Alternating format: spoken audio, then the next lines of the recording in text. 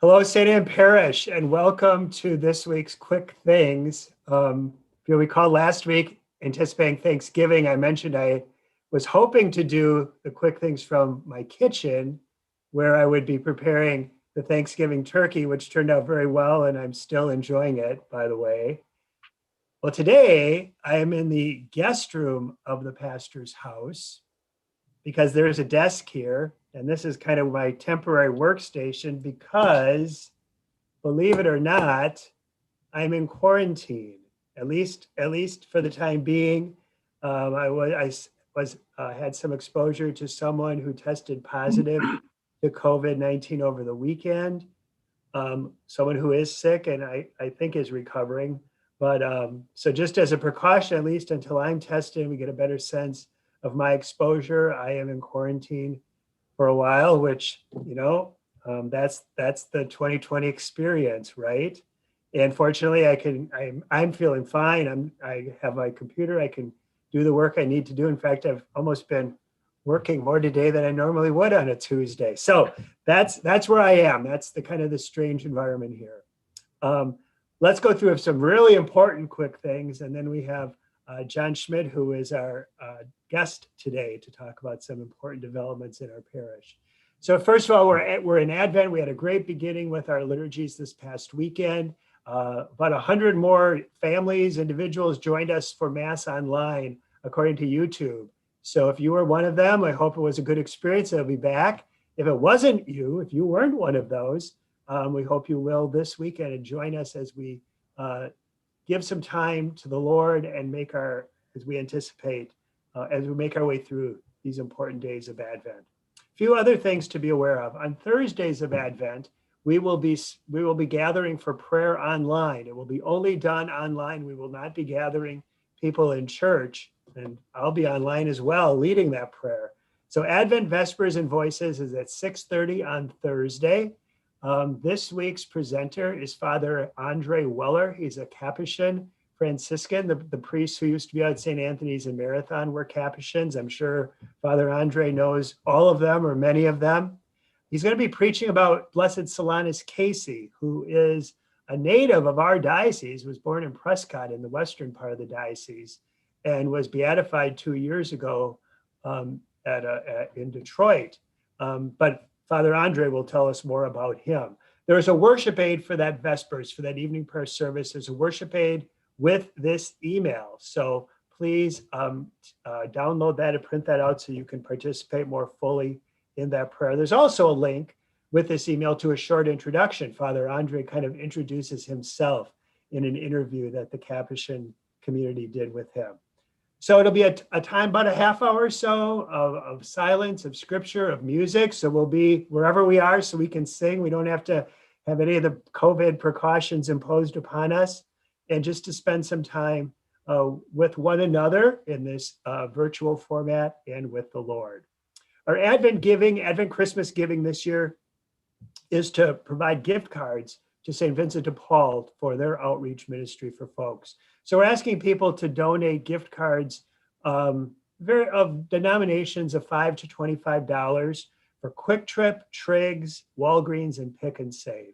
Now you can buy those at those stores, or you can also buy them through Newman Catholic Schools. And with doing that, a percentage of the amount you purchase returns to Newman and St. Anne's.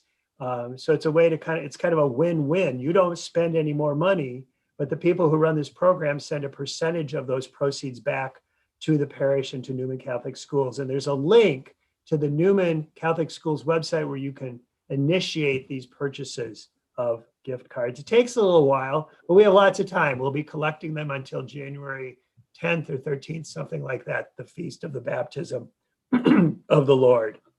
Next Tuesday, December 8th, is a holy day, the Solemnity of the Immaculate Conception of Mary. Normally I always promote them as holy days of opportunity anyway, and that's what it is this year. It is not a day of obligation, just as there's no obligation to participate in Mass on Sunday. There certainly is no obligation for that holy day next Tuesday, but we will be gathering. It's still a day of opportunity to give thanks and praise to God, and we will live stream our 6:30 Mass. You can also gather in person for that, register, precautions as usual, and you can find the registration form on the website. Also with this email are several opportunities for various means of reflection. Some spoken video presentations, some music presentations. So just kind of take a look at all that's offered there. These are things that I've encountered over the last couple of weeks, kind of as anticipating Advent, and now as we've gone into Advent. And some really nice things that I'm enthusiastic to share with you. You're probably not going to want to do all of it, but you might. But take your time and give yourself that time to avail yourselves of these good resources from some talented and insightful people who are sharing a bit of themselves as we enter into Advent, and we'll continue those things. I'll continue to provide these various links as we go through the season. Also, if you don't have a little blue book, or if you need more copies of them, they're available right inside the front door of church. Or if you're in quarantine like I am and can't go inside church, there are some in the little free library right outside the doors of church. So please take a copy for yourself, take copies as many as you need, or for others who might appreciate them. They're also in the little blue books, a little introduction to the Gospel of Mark, which we have started proclaiming at Mass as we've entered a new church year. I'll do a little more expansive introduction to Mark at some point, but probably after Christmas. We've also scheduled some additional times for the Sacrament of Reconciliation during Advent. Well, ignore everything you've read about that because I'm in quarantine, so I won't be able to honor that at least for this week, and we'll keep you informed of what happens next week. But that would include reconciliation that has been scheduled for Wednesday, and Saturday of this week is canceled, and we'll see where we're at for next week. We will celebrate Sunday Mass. Somebody will, at 4 o'clock on Saturday and 9:30 on Sunday. And of course, the live stream at 4 o'clock.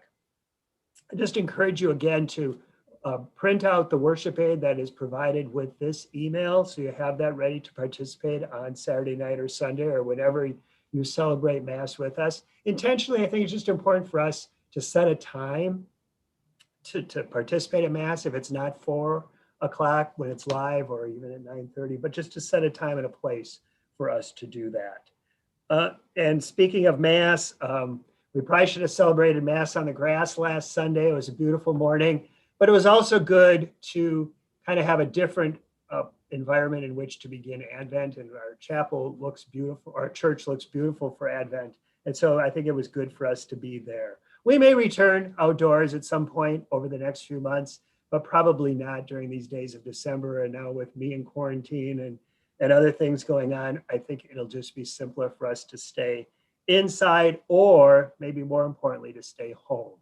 I talked to a staff member at the Marathon County Health Department this morning just to see about exposure for myself and some folks who, the person who has tested positive was at our 4 p.m. Mass. And there's no immediate need for quarantine or whatever on the part of the people who are at that Mass, because again, we maintain distance, we wear masks, we do the things we're supposed to do. So there isn't an urgent worry, that we have. I had more immediate exposure to someone, and that's my issue here. But it also kind of leads to a reminder of the rising number of cases in Marathon County, the number of people we know who have been infected with COVID and who are experiencing illness, etc. So even if we're not in an at-risk group and we're not of a certain age and we don't have certain health conditions, it might behoove us to stay home and to be safe. So we provide the links. We're having Mass. But again, my mantra here has been, just because we're celebrating Mass doesn't mean you should come.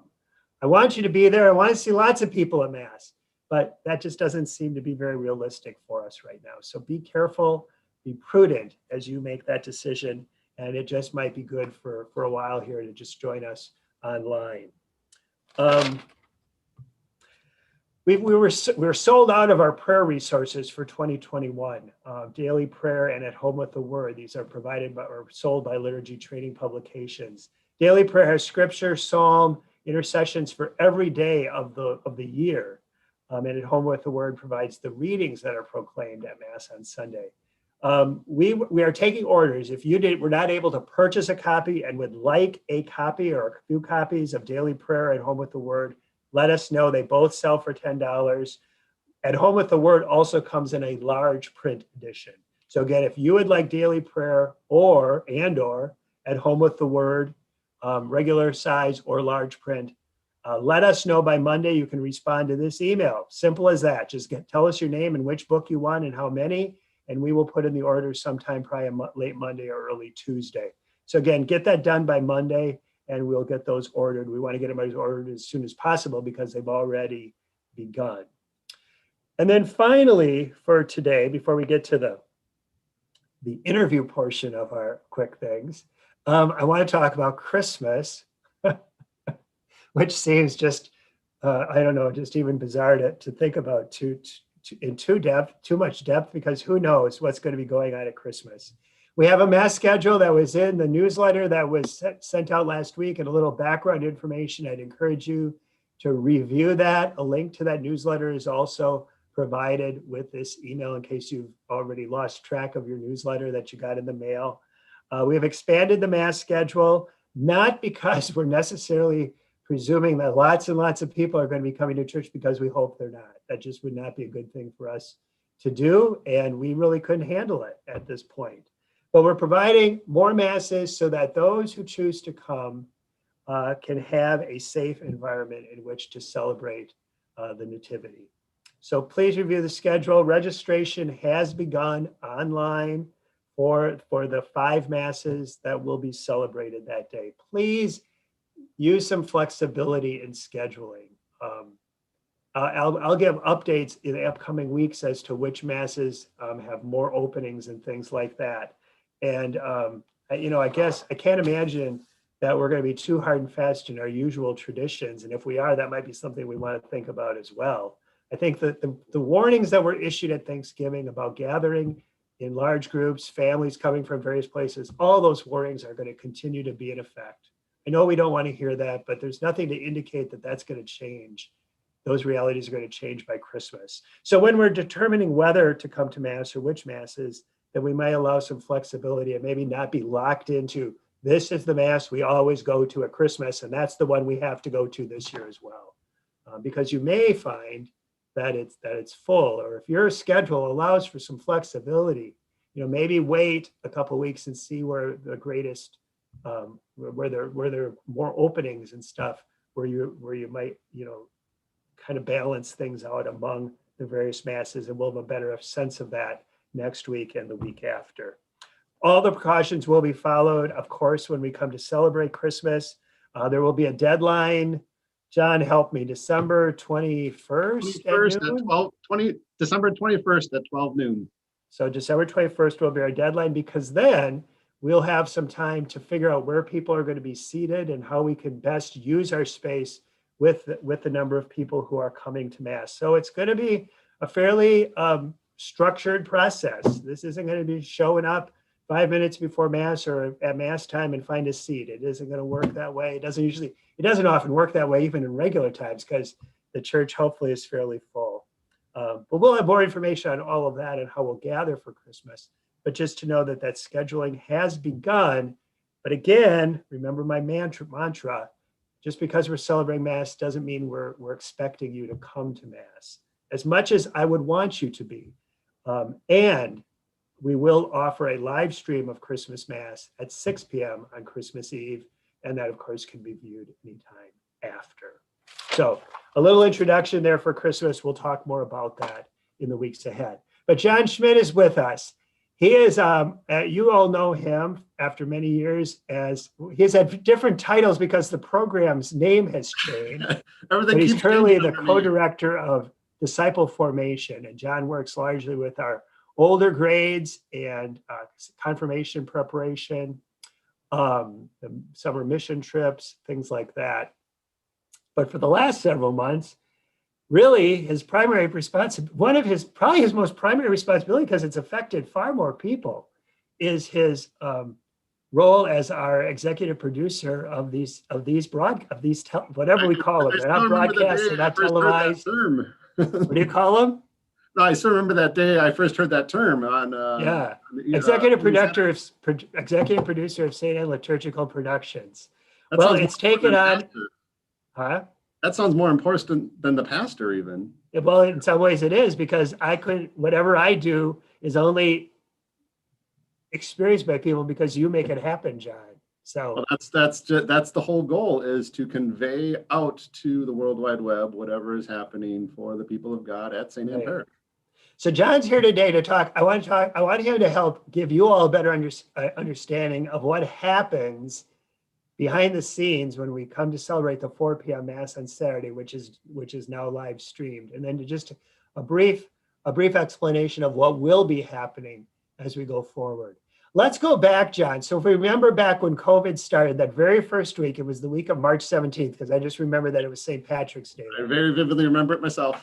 And we did the first quick things. And I said we would not be having Mass live stream. We would not be doing our own because there were lots of other people, parishes that were doing that and knew how to do that well. And we would just let them do that. That's what I said on Wednesday. And by Friday afternoon, we were recording our first Mass for Sunday. At that time, we were recording them on Friday. Getting the email when you had the idea for this. I was in my kitchen and I got the email when you were saying, well, could we consider something like this? And I was like, did I say that? I thought it was your idea. I was poking and prodding you based off of some emails from parishioners, by the way, that were saying, what could we do to do this? Could we at least pull out a cell phone and go to Facebook Live and just do what's there and catch what's there? But I totally agreed with your point then, was if we're going to do it, let's do it right. Right. And that's what John has done. So he'll tell you about how he pieces all this together to make it work. But what that's allowed is that what we've put, and I can't speak for what you see, but how John has done it is very dignified. And what I wanted to do was honor the liturgy properly. And that's what John has allowed us to do, is to celebrate Mass in church and provide that to you in a reverent, very, very, very helpful, amazing in some ways manner. I mean, we have 4 cameras at Mass, so we have all these different camera angles and stuff. When you watch it, it's like, wow, that's Mass at our church. It's kind of amazing. So tell people, John, what's all set up? How do you make happen what we see? Well, by the way, what we were describing there, the first weeks of March was good old parishioner Dan Sigelski loaned us his camcorder. Shout out to you, Dan. Thank you, because that's how we recorded it. Well, actually, I believe on an iPad as well. Just trying to capture what happened. And we were doing those as the recorded Masses, pre-recorded, shall we say, on Friday afternoons, I believe they were. And then did some video editing, and very minimal because it started and ended, but just kind of clipped out the blooper reels at the beginning and end that we did have, yes, and posted it to YouTube in order for people to view it on demand. But even then, it seemed canned to me, that it was pre-recorded for people to. But it was done, just so you all know, it was done live. We never redid it or anything. Exactly. It was a full live experience of Mass, full start to finish, all in one take, in that experience. And yes, definitely, great experience, because that was the whole core of why I was pushing the idea here, Father, was that how do we help our parish experience our parish, not some other place, not some other presider, not some other thing, in a time when, oh my goodness, what's happening in this thing we're calling a pandemic that none of us have experienced before. And the reviews have always been the same, that it helps me be grounded in an experience of my parish that has been the cornerstone of my life. And that's the core. That's been the whole piece of it.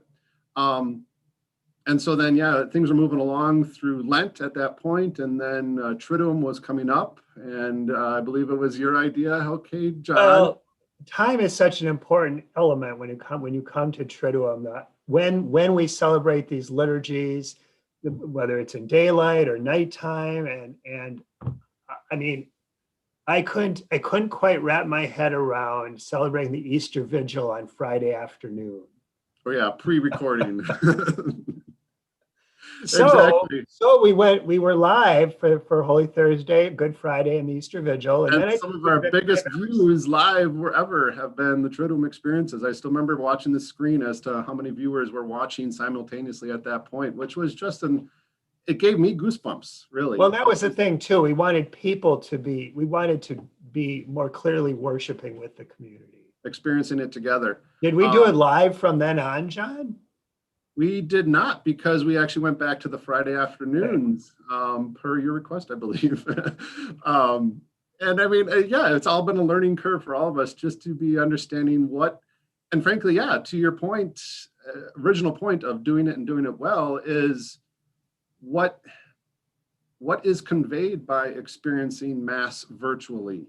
What is conveyed by Well, we're not going to, there's all kinds of theological exactly.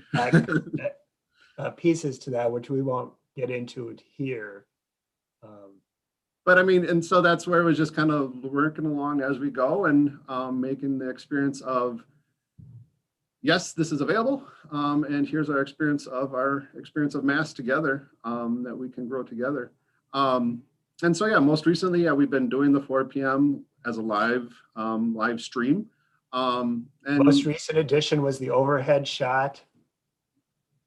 overhead shot of, The overhead shot from the choir loft. oh yes, addition Across the to the assembly. process, yes. But yeah, sparing all the details of how it all works is ultimately it's been stringing together with what is called switcherstudio.com, stringing together a bunch of iPhones and iPads for all of our different camera angles. And when you're talking to about that, Father, is like, show me anytime when you're sitting in one pew in one spot that you get 4 different angles anyways. So it's a different experience that we wouldn't be able to experience if we were there in person. But either way is that, yes, that's the whole core, is that the live stream is a next best thing to what is the best experience of in person, of that experience together. But especially in time of pandemic, as you're saying, Father, as the mantra, should we be doing it? Right. That's So the question. you have 4 phones, or Depends on the day, because it depends on who's able to bring and loan in their phone, because mine is one of them. And then Christine Lotto for music. She's usually camera 2 for the ambo shot. camera 2? Our friend Nick Toombs has been helping out when I've been taking care of family issues away from for the weekend and such. And sometimes helping you in church when you're there Exactly. too. Yeah, he's just been a great. Nick's a senior at Newman Catholic High School. So we've been using his phone, and then our iPads that we've been using for the fish fry cashier stations actually have been repurposed to get our live stream out there. So though we didn't have our fish fry, those registers became our cameras for our experience of Mass. So it works. And now we will be, so that's, you've pieced all that together, you set it up, all that stuff gets put away and set up every week. But now we will be going into the modern era of Mass live streaming. So tell us what's happening, briefly tell us what's happening there.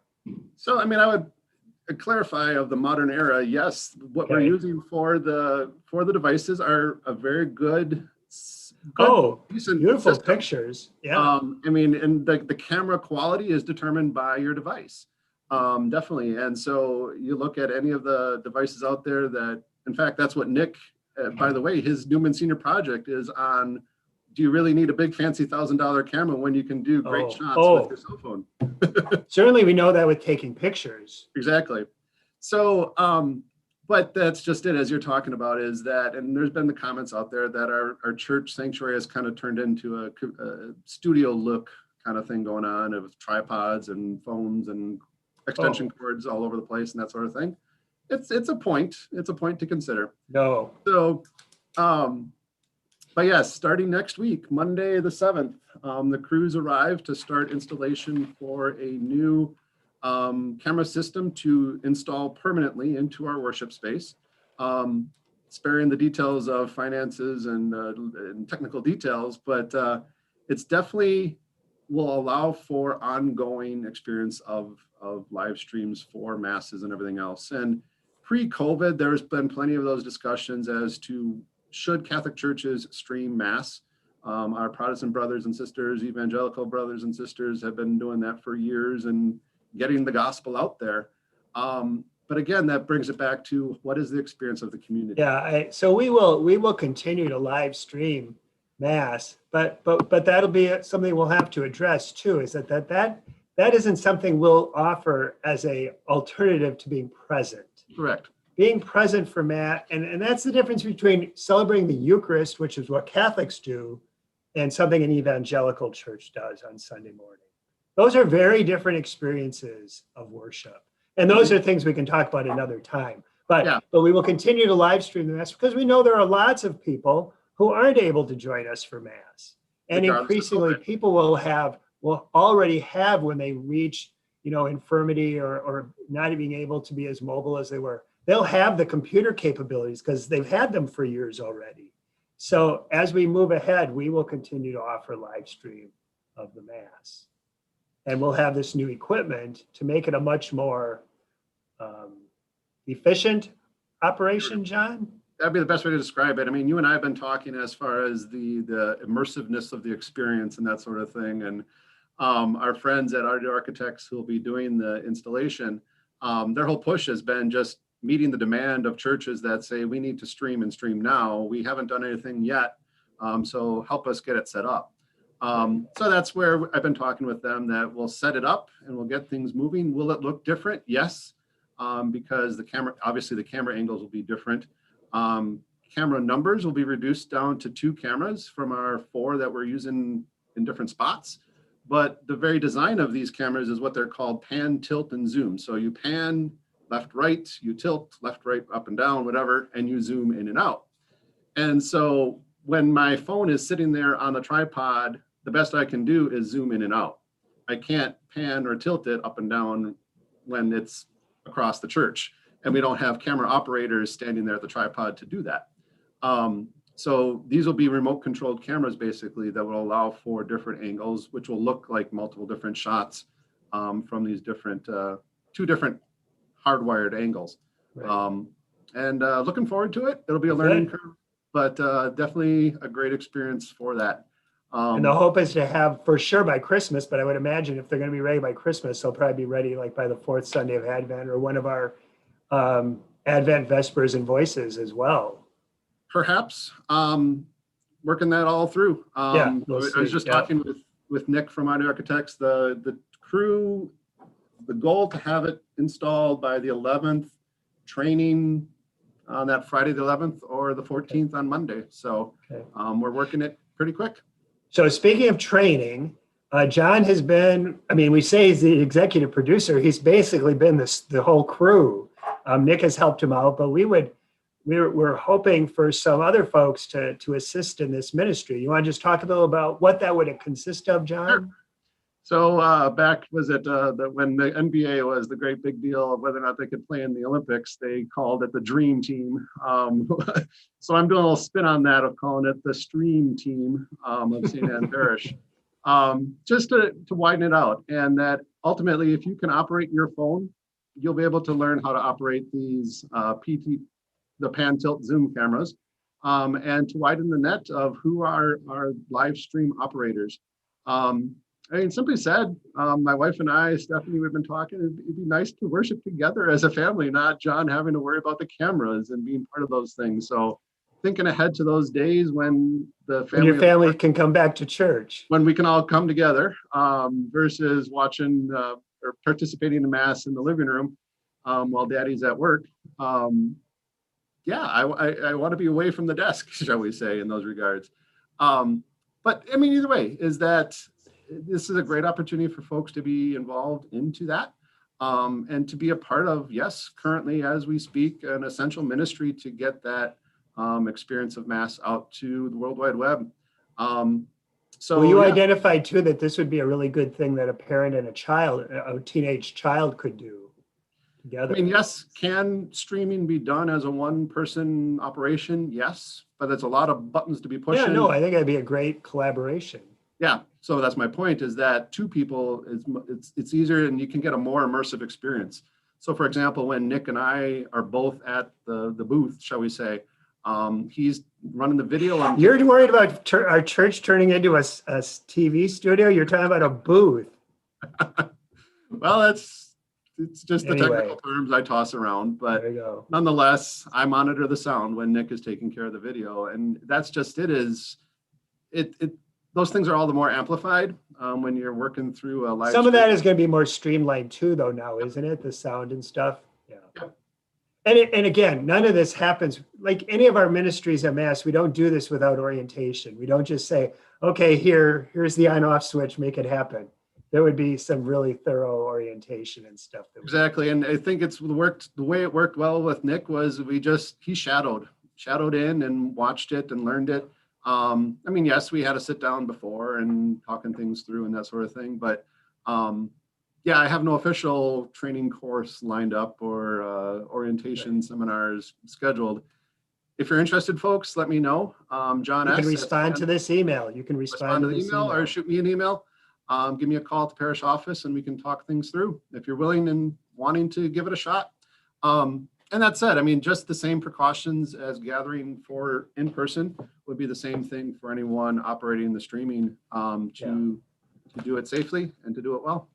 Right.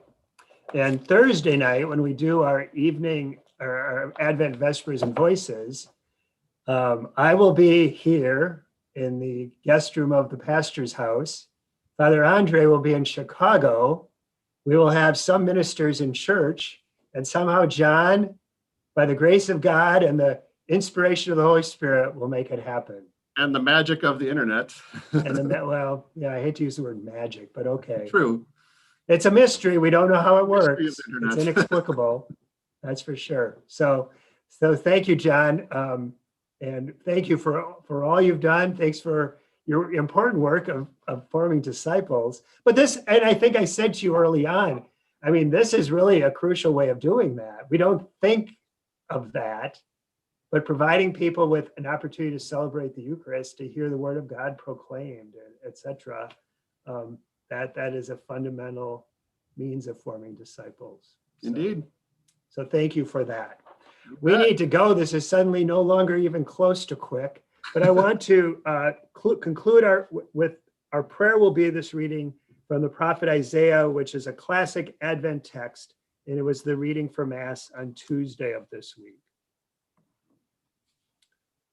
From the prophet Isaiah. On that day, a shoot shall sprout from the stump of Jesse, and from his roots a bud shall blossom. The Spirit of the Lord shall rest upon him, a spirit of wisdom and of understanding, a spirit of counsel and of strength, a spirit of knowledge and of fear of the Lord. And his delight shall be the fear of the Lord. Not by appearance shall he judge, nor by hearsay shall he decide, but he shall judge the poor with justice and decide aright for the lands afflicted. He shall strike the ruthless with the rod of his mouth, and with the breath of his lips he shall slay the wicked. Justice shall be the band around his waist, and faithfulness a belt upon his hips. Then the wolf shall be a guest of the lamb, and the leopard shall lie down with the kid. The calf and the young lion shall browse together with a child to guide them. The cow and the bear shall be neighbors. Together their young shall rest. The lion shall eat hay like the ox. The baby shall play by the cobra's den, and the child lay his hand on the adder's lair. There shall be no harm or ruin on all my holy mountain, for the earth shall be filled with knowledge of the Lord, as water covers the sea. On that day, the root of Jesse, set up as a signal for the nations, the Gentiles shall seek out, for his dwelling shall be glorious. Amen.